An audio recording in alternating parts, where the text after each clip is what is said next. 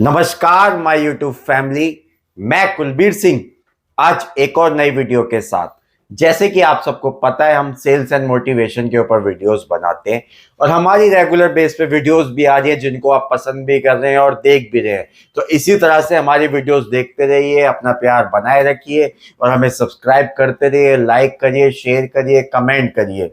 और कमेंट के साथ आप हमें ये भी बता सकते हैं कि आप अगली वीडियो कौन से टॉपिक पे चाहते हैं। कोई अगर आप टॉपिक बताना चाहें, हमें सजेस्ट करना चाहें सेल्स के ऊपर, मोटिवेशन के ऊपर, तो हम नेक्स्ट वीडियो उसके ऊपर बनाएंगे। तो आज का जो हमारा टॉपिक है वो सेल से रिलेटेड है, जिसमें कि हम आपको बताएंगे कि how to product sell to customer. कोई भी प्रोडक्ट हम कस्टमर को सेल कैसे करें। आपको पता होगा कि सेल्स करना एक बहुत ही अलग प्रोसेस हो जाता है। जैसे कि आपको मैं बताता हूं कि कोई भी कस्टमर अगर हमारे पास आता है, हमसे वो प्रोडक्ट मांगता है, तो अगर हम एक शॉप पे मैनी टाइप ऑफ प्रोडक्ट रखते हैं तो उसमें क्या होता है कि कस्टमर्स की डिमांड के हिसाब से हमें प्रोडक्ट सेल करना पड़ता है। कस्टमर जो मांग रहा है हमें वो देखना पड़ता है। तो हम कोई भी प्रोडक्ट कस्टमर को कैसे सेल करें। क्वेश्चन ये आता है कि कस्टमर हमारे पास आया, कस्टमर ने जो चीज मांगी वो हमारे पास है, लेकिन हम प्रोडक्ट सेल उसको कैसे करें। ये चीज बहुत ज्यादा इंपॉर्टेंट हो जाती है कि हाँ भाई, हम कस्टमर को सेल करें तो करें कैसे।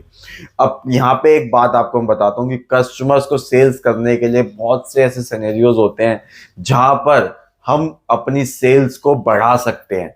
सबसे पहली चीज है कि आप कस्टमर के साथ अपना रिलेशन बनाएं, कस्टमर की नीड के हिसाब से चलें।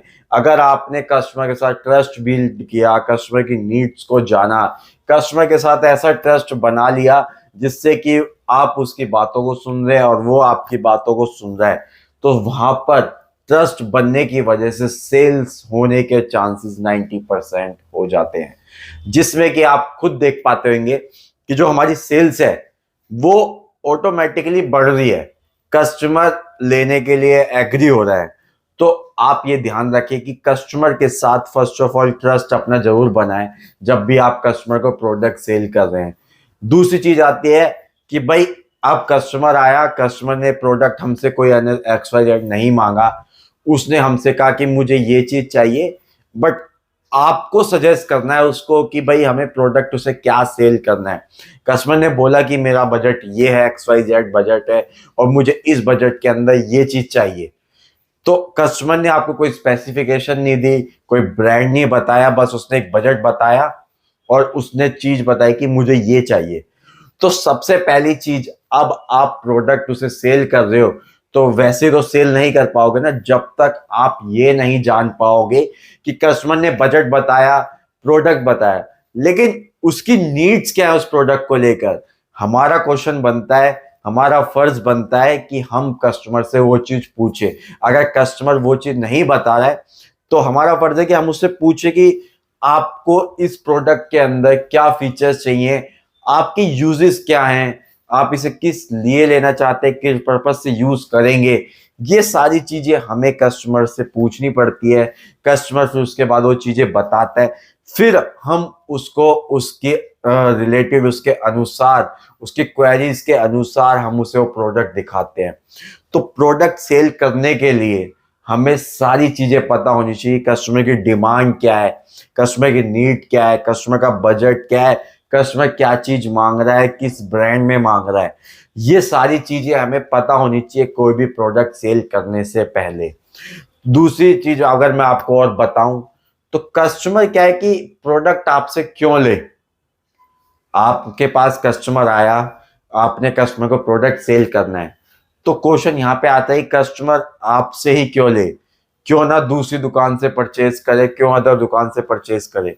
कि वो अगर आपके पास आया है तो वो आप ही से प्रोडक्ट कैसे लेके जाए, क्वेश्चन यहाँ पे आता है। क्योंकि शो मार्केट में दुकानें बहुत है, वो आपके पास भी जाएगा, दूसरी दुकान के पास भी जाएगा, तीसरी पे भी जाएगा, लेकिन ऐसा आप में क्या स्पेशल है, ऐसा क्या सेल्स स्किल्स आप उसके सामने शो कर रहे हैं जिसकी वजह से वो प्रोडक्ट आपसे परचेज करे। तो ये क्वेश्चन है कि आप वहां पर आपकी स्किल्स काम करती हैं, आपकी प्रोडक्ट नॉलेज काम करती है, आपका बिहेवियर काम करता है, आपके कम्युनिकेशन स्किल्स काम करती हैं, आपका कॉन्फिडेंस लेवल काम करता है, और उसके साथ साथ आप उसको सर्विस कैसी दे रहे हैं प्रोडक्ट सेल करने के बाद। तो प्रोडक्ट जब आप सेल कर रहे हैं तो आपकी प्रोडक्ट नॉलेज, अगर जब आपकी प्रोडक्ट नॉलेज अच्छी है तो आप उसको इजीली बता पाएंगे कि इस प्रोडक्ट के अंदर ये चीजें हैं और इन चीजों की वजह से आपको यहां पर बेनिफिट मिलेगा और ये प्रोडक्ट आपके लिए बहुत यूजफुल होगा। प्रोडक्ट सेल करते हुए आप उस प्रोडक्ट को ऐसा बना दीजिए उसके लिए कि अगर उसने ये परचेस किया तो उसकी लाइफ चेंज हो जाएगी। अगर आप एक कस्टमर को ये ट्रस्ट दिला देते हैं कि हाँ, अगर आप ये प्रोडक्ट परचेज करते हैं तो इससे आपकी उससे रिलेटेड प्रॉब्लम्स, जो भी आपकी रिलेटेड प्रॉब्लम्स आ रही हैं इस प्रोडक्ट से रिलेटेड, वो 90% खत्म हो जाएंगे। जो आपको चीजें चाहिए वो सब इसके अंदर है। तो कस्टमर के साथ ट्रस्ट बिल्ड करना बहुत ज्यादा इंपॉर्टेंट होता है और बहुत ही ज्यादा हेल्पफुल होता है हमारी सेल्स के लिए। अब आप देखते होंगे कि प्रोडक्ट हम सेल तो कर रहे हैं, उसके बाद क्या कि सर्विस पे बहुत इश्यूज आते हैं। तो आप इस चीज का ध्यान रखें। अगर आपको बेस्ट सेल्समैन बनना है, बेस्ट प्रोडक्ट सेल सर्विस देनी है, तो आपसे कोई भी प्रोडक्ट कस्टमर परचेज करता है तो कोशिश करें कि सेल्स करने के बाद आप उसको सर्विस भी बेस्ट से बेस्ट दें। अगर आप सर्विस उसे अच्छी देते हैं तो ये आपके लिए बहुत बेनिफिट है फ्यूचर के लिए। वो आपको और सेल्स भी ग्रो करके देगा और कस्टमर्स आपको रेफरेंसेस में देगा। तो ये चीज बहुत बेनिफिट करती है। तो कोई भी प्रोडक्ट सेल करने के लिए, कस्टमर को हम कोई भी प्रोडक्ट सेल्स करने के लिए हमारे को ये सारी बातों का ध्यान रखना पड़ता है। कस्टमर के साथ ट्रस्ट बिल्ड करना, ये सबसे इंपॉर्टेंट चीज है। कस्टमर को उसकी नीड के हिसाब से प्रोडक्ट दिखाना है, ये सबसे इंपॉर्टेंट चीज है। कस्टमर की जो डिमांड है वो उससे पूछकर उसके साथ ट्रस्ट बिल्ड करके वो सारी चीजें हमें उसके साथ रखनी, वो सबसे इंपॉर्टेंट चीज है। अब बात आती कि आपके अंदर क्या स्किल्स होनी चाहिए कि आप कोई भी प्रोडक्ट सेल कर पाए। आपके अंदर स्किल होनी चाहिए सेलिंग स्किल, सबसे पहली चीज, कम्युनिकेशन स्किल्स, आपके अंदर प्रोडक्ट नॉलेज, आपका कॉन्फिडेंस लेवल, आपकी प्रोडक्ट को लेकर क्या मिथ्स हैं, आपका क्या सिनेरियो है प्रोडक्ट को लेकर, वो पॉजिटिव होना चाहिए। थिंकिंग कस्टमर को लेकर पॉजिटिव होनी चाहिए। हमने यहाँ पर बहुत सी जगह देखा गया है कि कुछ जगह पे क्या होता है कि कस्टमर्स चीजें नहीं लेता, हमने उसको प्रोडक्ट दिखाया, उसने प्रोडक्ट नहीं लिया, तो क्या होता है कि हम उसको क्या है, नेक्स्ट टाइम जब कभी आता है तो कहीं ना कहीं लैग कर जाते हैं अपनी सर्विस को देने में कि फर्स्ट टाइम इसने प्रोडक्ट नहीं लिया, सेकंड टाइम में कहीं ना कहीं उसको सर्विस में लैग कर जाते हैं। तो उस चीज पर ध्यान रखें। अगर वो फर्स्ट टाइम नहीं लेके जा रहा, आपसे सिर्फ पूछने भी आया है, तो उसको फर्स्ट टाइम में ही ऐसी सर्विस दें, ऐसा कम्युनिकेशन स्किल उसके साथ रखें, ऐसी उसको नॉलेज दें, सारी चीजें हम उसे ऐसे बताएं कि वो अगर आज नहीं तो अगर कल वो चीज को परचेज करना चाह रहा है तो वो आपसे आके ले।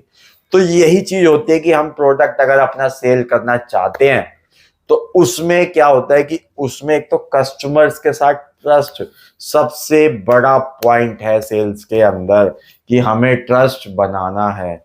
आप कहीं ना कहीं इंटरव्यूज में हर जगह एक कॉमन लाइन देखते होंगे, कहीं भी आप सेल्स का इंटरव्यू देने जाते हैं तो कई जगह ये आपको देखने को मिलता होगा कि ये पेन मुझे सेल करके दिखाओ, ये पेन मुझे सेल करके दिखाओ। हर जगह ये चीज आती होगी, आपने ये हर जगह देखी होगी। लेकिन आप खुद नोटिस करिए कि आप अगर सेल्स में है, तब सेल्स का इंटरव्यू दे रहा था तो कहीं पे ऐसा नहीं पूछा जाता कि ये पेन हमें बेच के दिखाओ, क्योंकि सामने वाला वो कोई कस्टमर नहीं है, वो आपके लिए एक इंटरव्यूअर है, वो आपका इंटरव्यू ले रहा है। तो उसके माइंड में तो फिक्स है कि उसको परचेज करना ही नहीं है, तो आप उसको कभी सेल कर भी नहीं पाएंगे। तो इस चीज का ध्यान रखें कि जो आपकी मेंटेलिटी है, जो आपका फोकस है, वो कस्टमर के ऊपर रहकर अपनी सेल्स पे ध्यान रखना चाहिए कि मुझे अपना प्रोडक्ट सेल करना है। तो आप इजी तरीके से उसको सेल कर पाएंगे। तो प्रोडक्ट नॉलेज होना भी बहुत इंपॉर्टेंट है, ट्रस्ट बिल्ड करना भी बहुत इंपॉर्टेंट है, कस्टमर के साथ रिलेशन बनाना, कस्टमर की नीड के हिसाब से प्रोडक्ट दिखाना, कस्टमर को उसकी वैल्यू बताना कि ये प्रोडक्ट अगर आपके साथ जुड़ता है तो आपकी वैल्यू ऑटोमेटिक बढ़ती है, आपके बहुत से वर्क को ये इजी करता है, आपकी लाइफ में जो दिन प्रक्रिया रहती है, दिन की जो प्रक्रिया रहती है उसको ये इजी करेगा। तो बहुत सी चीजें हैं जो आपको ये प्रोडक्ट हेल्पफुल बनाएगा। उसकी इंपॉर्टेंस दिखाओ कि ये इंपॉर्टेंस आपके लिए कितनी है, तभी आप अपना प्रोडक्ट सेल कर पाएंगे। तो 5-6 बातें मैंने आपको बताई जो कि एक प्रोडक्ट सेल करने के लिए आपके लिए बहुत ज्यादा हेल्पफुल रहती है।